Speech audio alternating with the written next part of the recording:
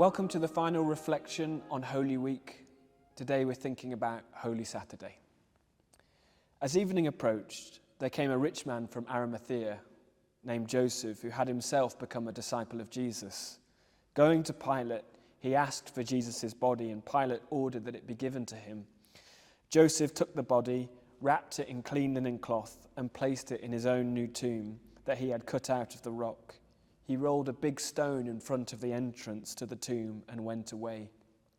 Mary Magdalene and the other Mary were sitting there opposite the tomb.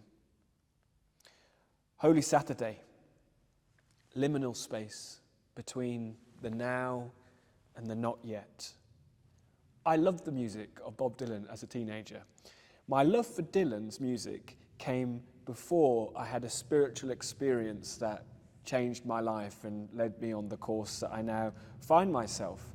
An older man in the church that I belonged to at the time introduced me to, I remember he just gave me a tape cassette of Dylan's music from his Christian era. And I remember hearing it and feeling exhilarated by the conviction of my musical hero and his discovery of the good news of Jesus Christ. He was singing about the very thing that I had become so transformed by, the reality of God, my identity as a sinner saved by God's grace by the cross of Christ.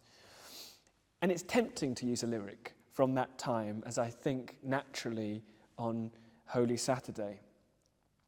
But nothing quite fits. Instead, I think of the words from one of his ballads, Vision of Johanna, that finds Dylan in his own state of living between two worlds, living between being a hero of folk music and the protests and counterculture and rock and roll, so well depicted in last year's movie, I'm Not There. Apparently Dylan said, "How do you think Timothy Chalamet would feel if I made a movie pretending to be him?" Ain't it just like the night to play tricks when you're trying to be so quiet? Grief will do strange things to you. I've had moments like that, where events have happened that cannot be changed, and you are forced just to live in the vulnerability of the moment. It's part of the human experience, an uncomfortable in-between that cannot be easily forced into the victory of an Easter Sunday without doing violence to how you find yourself in that moment. As these disciples sit by the tomb wondering, well, what happens now? I didn't think things would turn out this way.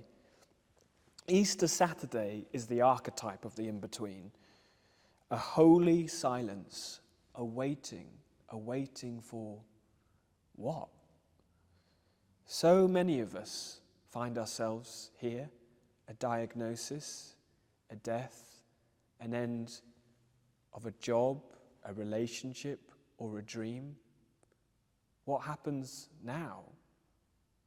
You're caught in the in-between, waiting, but waiting for what?